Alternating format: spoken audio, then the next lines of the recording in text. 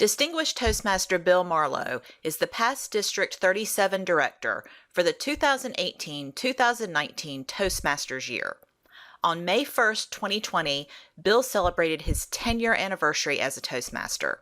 He believes that ongoing training and development at all levels of our district is essential for putting our members in the position to maximize the Toastmasters education program. His proudest achievements as the District 37 Director were prioritizing the Toastmasters Promise as the absolute foundation for executing all things Toastmasters at the highest level, creating the District 37 Legacy Club program, which designated the 25 active clubs in District 37 that were chartered before 1980 as legacy clubs. A patch with the D37 Legacy Club logo was commissioned and provided to each of these clubs to be displayed on their club banners. These clubs are the foundation of District 37 and now District 117. Bill is currently serving District 117 as the Club Extension Chair, as well as editor of Pathfinder, the district's monthly newsletter. He is excited to present today's session, New Clubs 101. Please welcome Bill. Thank you for the introduction. I'm always excited to talk about new clubs. It's an integral part of all districts, and this is designed to give an overview of how we approach new clubs, what's involved, because what we find is a lot of people don't realize, especially when they become members and they spend some time in their club and then they may go into leadership in their club and so on, but when they start to go outside of their club, they don't really know what some of these opportunities are. And a lot of questions get asked. So we put this together so we could say, here's an overview, here's the process, so everyone has a bit more understanding on how this works and the role that they may potentially play. So here's what we're going to go over. Why do we need more clubs? That question gets asked quite a bit. Where do the new clubs originate? So how do we come up with these ideas and these leads and these people for new clubs? What is the process of chartering a new club? Who's involved in that process? And then finally, does our virtual reality now change how we do things with regard to chartering clubs? So first of all, why do we need more clubs? Just like in the actual clubs themselves, we're always working to promote the club and build our membership because the members leave for various reasons. There's natural attrition. And so we're always working to replace them and promote the club. The same thing happens at the district level with the clubs themselves. There's a variety of reasons that clubs don't stay around and don't survive. And so we're always looking to replace those as well as grow the total number of clubs we have in the district. So that is always going to be part and parcel of what we do because we always have to be infusing new talent, new clubs into the district at large. One of the best opportunities for leadership is being involved in any stage of chartering a new club. It gives people an opportunity, once they're ready to get outside of their club and start to get involved, they can be part of a demo meeting. They can be a sponsor or a mentor. So they can really get outside their comfort zone and start to develop some leadership skills that they never knew they had, or maybe in a way they never knew they could. So the chartering of new clubs gives us massive opportunities for members to get outside their comfort zone and step into some leadership roles. And it goes without saying that the more clubs and members we have, the stronger our district is. So we're looking to really solidly set up a foundation for our district with members and clubs so we can leverage that and help one another grow. So where do new clubs originate? That's probably one of the questions I get asked the most over the years is, how do new clubs happen? Like, how does that work? So Toastmasters often receives inquiries. Someone may be interested in the Toastmasters for whatever reason, and they don't know who to contact, so they just go on and they make it to Toastmasters International. And then what they do is they say, okay, where are these people? And so they determine the district in which they would be in, and then they give us that information. So we have a database on Leadership Central, and they will upload all the contact information for these people. And they do a great job because they'll give us name, phone number, address, email, everything we need to initiate contact with this lead. Toastmasters provides for us. So if someone reaches out to Toastmasters directly, they put them in contact with us so that we can follow up on that opportunity. They put it in our database. Under Leadership Central, there's actually a section that's District Central. And in there, they do two things. They upload the leads for us, and we can keep a status there. They also keep a list of our prospective clubs, so our clubs that are in various stages of the process of chartering. That's all right there available for us. So many times members find opportunities where they work. They may be involved in Toastmasters in a club somewhere, and then they say, hey, you know what? I think at my job they might be interested in this. So we get a lot of leads anymore from people at their companies who say, hey, I think we'd like to have a Toastmasters club. And you have people in the community too. Maybe they know an area that doesn't have a club, and they know a place that would host them, and so they think there's an opportunity there. So a lot of those come from our members themselves, internally generated leads. So the process. So here's where it gets interesting. It's simple but not easy. There's a lot going on, but there's actually a sequence and things that really make sense once you understand what the process is. So we begin by qualifying the lead. So regardless of where the lead comes from, be it from Toastmasters International or an internal referral, we qualify the lead. And the idea there is we want to know why they want to have a club, and do they understand what a club is? Because there have been situations where they think they would like to start a club, but then what they actually find out is when you talk them through, starting a club is not so much what they want to do, but they need you to put them in touch with a club. And I've had that happen where the conversation ends up being you make a recommendation of a few clubs in their area and they can find a club that suits them. So we want to qualify the lead to the point that we understand that they are clear on what it takes to start a Toastmasters club, and that's what they're interested in. The 20-member requirement takes a lot of people by surprise in the community environment, most specifically, because they'll say 20 people. If they say, oh my gosh, 20 people, what that tells you is that's an uphill climb, but it's good that they know. Now, I've had other people say, hey, I can put that together, no question. But it's important that they fully understand that the 20-member requirement to charter a club, so there's no misgivings about that. I like to ask about the meeting location. If it's a community club, will you consistently have access on the day and time of your meeting and the frequency with which you plan to meet? But also in the corporate environment, it's the same thing. Do you have access to the room? You'll hear sometimes, oh, we couldn't get our meeting room. So that's something to talk about. Will you be able to get the room with consistency in your location? So we have the prospect complete an application to charter. So that is the first form. That's where they give us their basic information saying, yes, I would like to charter a club. With that, they pay the new club charter fee, $125. And in North Carolina, we add tax, so it's $134. They send that in, and that gets processed. And what that does is that registers them officially with Toastmasters as a prospective club. They even go ahead and issue them a club number. The assumption is, okay, you're a prospective club, you're going to be a club, so let's go ahead and give you a number. And then we plan and execute the demo meeting after they put in the application to charter. So once they're registered as an official prospective club, then we put together and execute the demo meeting. We really have to have that commitment from them in advance. It's really unfair for us to sort of mobilize the troops and have people come in and contribute to a demo meeting and start to try to sponsor if it's not really a genuine opportunity.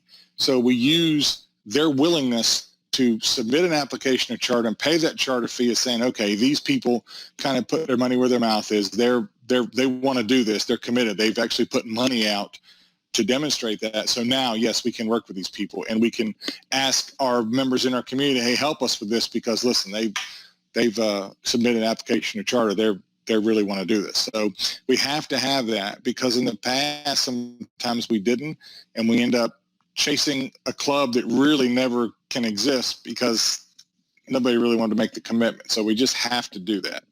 And then we involve the area and district directors right away. This is in their backyard, right? So we need to let them know what's going on. We can also get their help. They are the best people to help us with the demo team, because they know the players in the area. And in some cases, far better than anyone at the district level does. They know who the people are to ask to help be a speaker and a Toastmaster and an evaluator and so on. So we have to get them involved in that process really as soon as we can. So we'll talk about types of clubs. Now, there are really two types I didn't separate out college university clubs. And here's why. Typically, they're open to their campus and the surrounding campus area. So in that respect, they're really an open club, although they do have some different specifics. They're essentially an open club. So if someone wants to start an open club, why are they interested in a club? Now, in some cases, well, I was in Toastmasters before and I liked it, and so they have experienced it. So they're coming at this genuinely saying, I understand what it is and I want to do that here.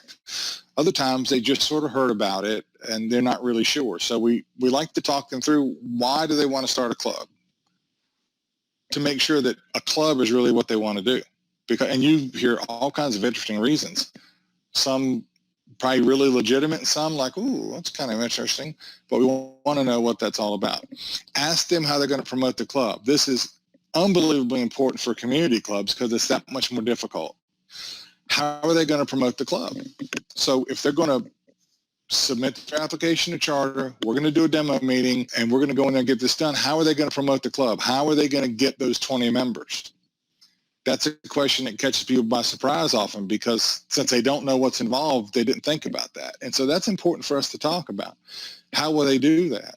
And do they have an idea? Is there ways we can help them? But that promoting of the new club is vitally important when you're trying to establish a club, particularly a community club. And then the location, the availability. Again, is it going to be available consistently on the day and time and with the frequency? So if you want to meet twice a month, will it be available twice a month? That's really important, because consistency of meeting location is massively important, especially when you're trying to set the foundation for a club and get that core group of charter members. There needs to be that consistency. I also like to ask about size, because sometimes they'll say, well, hey, I have a room and they said we can use it. And then you say, well, can the room accommodate 20 plus people? And they say, oh, I don't think so. Again, they didn't know. So we have to talk about that. If you're going to charter with 20, maybe a little more, you need a room that accommodates 20 plus people. So it's good to talk about that. And what does that look like? And we ask about costs. It's very difficult for any community club to have to pay any type of fees to be able to use a space, because they just don't have the money. Quite frankly, they don't have a resource of money. So it's really tough. So we look for things that are free. And so we talk about that as well. The space that you have in mind, are they going to charge you anything? And if they are, then I want to talk to them about, let's see if we can find a place that would host your club without charging you, because it's really a burden it puts on the club if they have to pay some kind of usage fee or something like that. It can make it very, very difficult, particularly in the early stages of establishing the club, because they just don't have any money. And then there's your corporate clubs.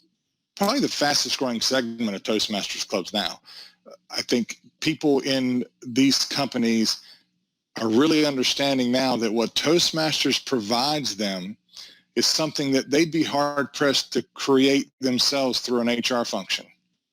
The amount of time and money, like this program's already put together, but by implementing it, they can definitely get their money's worth. Most of the corporate clubs are restricted. So we're restricted to the employees or the people on their campus and their building and so on. My first question always when someone says, hey, I want to start a club at my company, is there management support?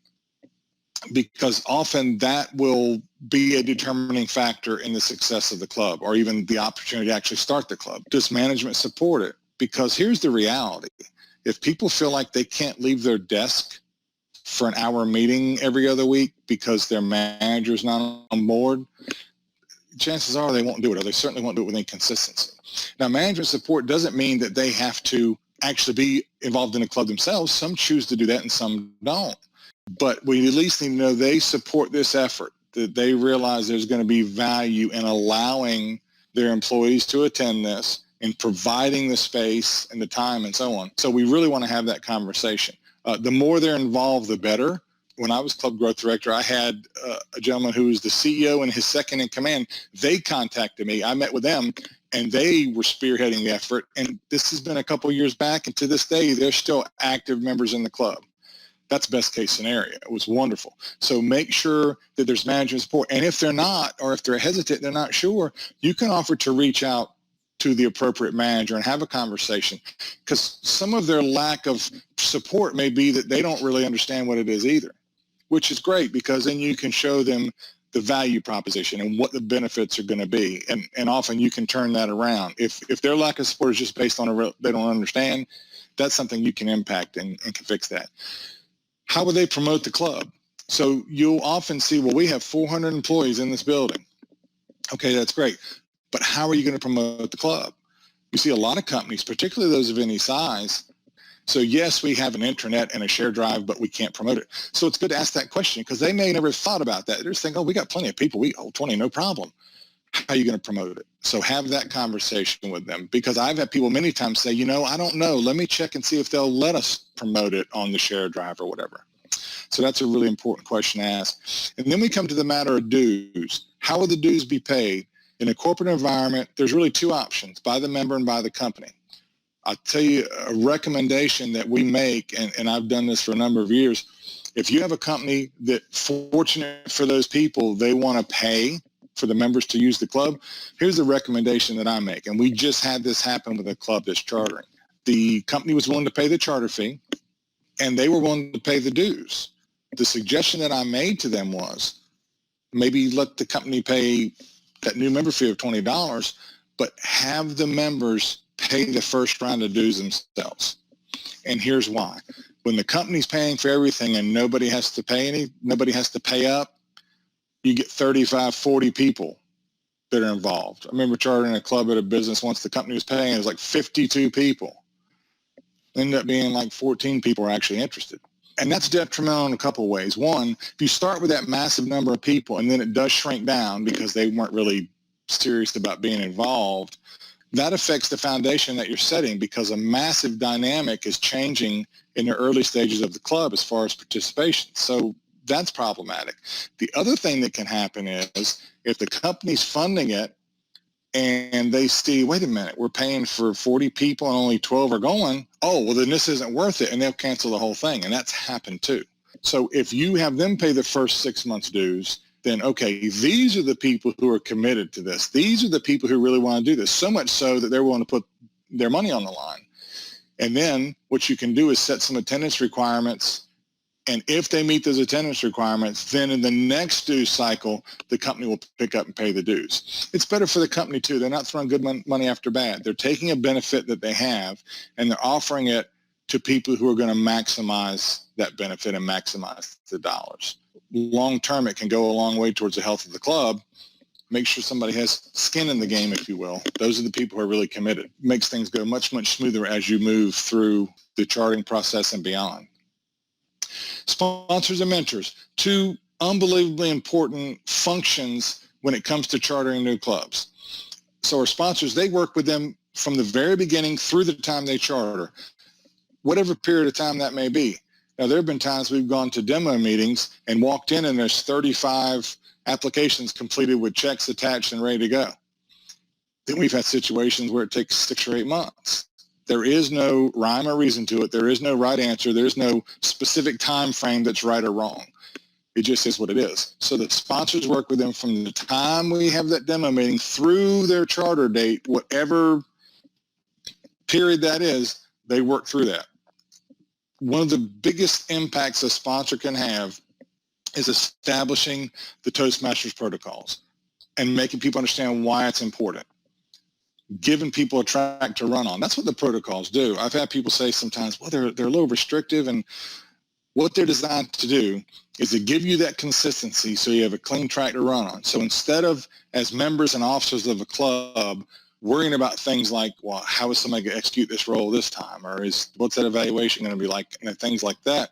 You can put your energy towards paying attention to your members, helping them with their goals, and so on. And you're not worried about the infrastructure. So that's what those protocols do. The sponsors are in the best position to set that foundation for us. So we really need them to do that. Because then when the mentors come on board, what should happen is it's like the handing of the baton, and the mentors take it and run with it. What we don't want to do is, okay, now the club is chartered, here you go, mentors, and the mentors walk in and it's like nothing's really set up. That's not what we want to do. We want to let them hit the ground running. So once the club charters, that's when the mentors come into play. They, by the way, 2 sponsors, 2 mentors. They make a 6-month commitment because we want to make sure that club starts off on a good foundation and there's no questions and no concerns. And if they are, they've been they've been addressed. Again, with the protocols, it should be a continuation of this is how we execute a Toastmasters meeting and this is how we administrate a club. You guide and advise them every step of the way and model expected leadership behavior. The officers in the club, they may be in management and have experience, but they've never been Toastmasters Club officers.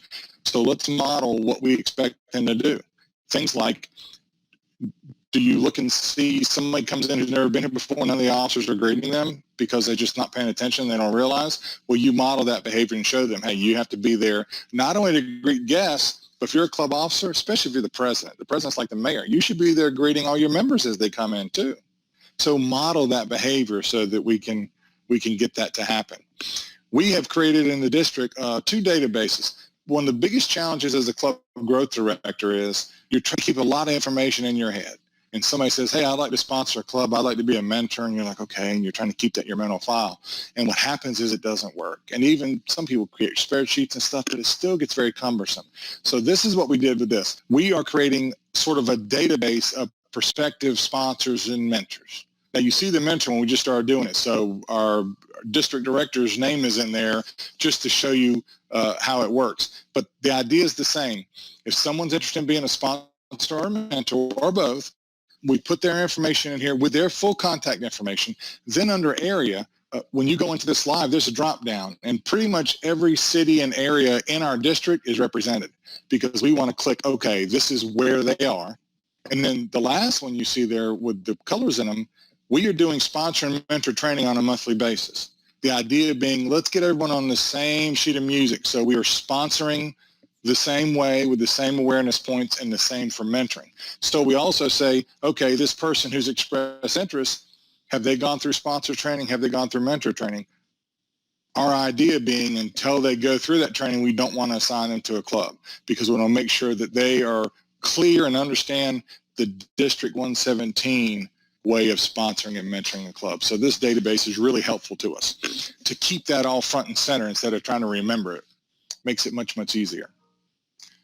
Who's involved? Like I mentioned before, the division and area directors, we're in their backyard. And if you think about it, really from a fairness standpoint, in very short order, we're going to essentially make them responsible for that club, just like all the others in their area and division. So don't we owe it to them to keep them involved from the beginning? Members in surrounding clubs, those are the ones that can be the sponsors and the mentors. They can be part of the demo team.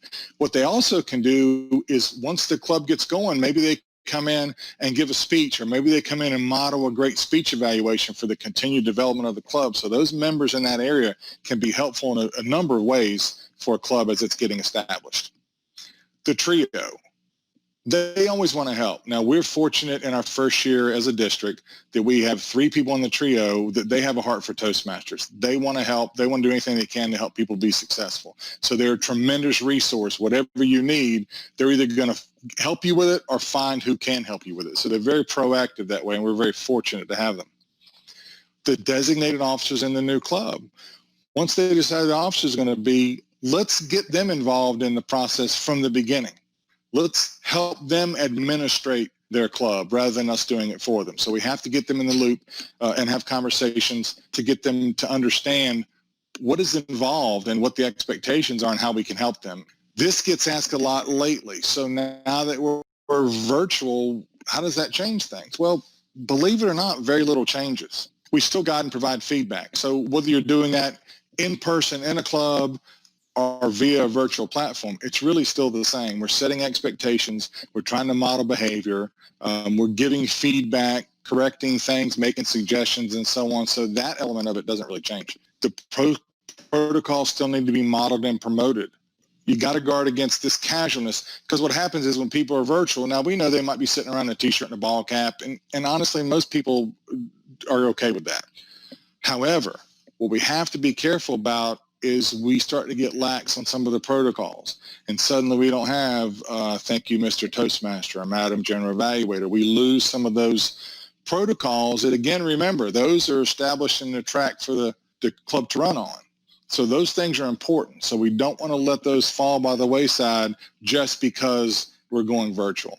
And inconsistency is the key. This is how you execute this role. This is how you do this. And it becomes, this is how you do it. Because then they only know one way, the correct way. everybody that's involved in new clubs, my recommendation is this. They need to learn best practices of video conferencing because it's different. And here's some things they want to look at. Proper lighting. Make sure people understand, well, don't have an open window behind you, maybe get an external light, but explain to them why that's important. The distance from the camera, so it's not looking up their nose, but it doesn't look at the back of the tunnel. This is a big one because people don't think about that there's a certain frame in which they can have gestures. And particularly giving a speech and they're doing things out here with gestures, something's getting lost in the translation. So we need to have that active conversation about, hey, here's your frame and here's your gestures and so on, because that's something people don't necessarily think about. Suggestions for cost-effective headsets like the one I've got. You hear better, the audio is better, and they also do a good job of filtering out noise, and they're very cost-effective. So be familiar with some of those so you can suggest those to people. And the technical feedback, YouTube is your friend. I will tell you, you can find video tutorials on all of these things, a multitude of them, to quickly become not an expert, but at least someone who can speak that language and make those recommendations to people. So if you're interested in being a sponsor, a mentor, or being on a demo team, we want you. We need you, absolutely. So contact Monica Custis, who is our fantastic club growth director. And what she will do is she will put you in touch with the team member that is kind of taking care of whatever that specific area you want to work in. So she'll put you together with the people you need to be in touch with so we can get you activated, because we definitely want you to be part of that process. If you've never done a new club, it really is a lot of fun. It's exciting to go in and show them, hey, this is what we do. And they go, oh wow, this is awesome. And they just jump right in and you see them start to get some value from it right away. That's really awesome. Our program is second to none. So we need to promote this to as many people as we can. So let's do that. So we look forward to you being a part of District 117's new club team, regardless of what position you fill. We look forward to your contributions. Thank you.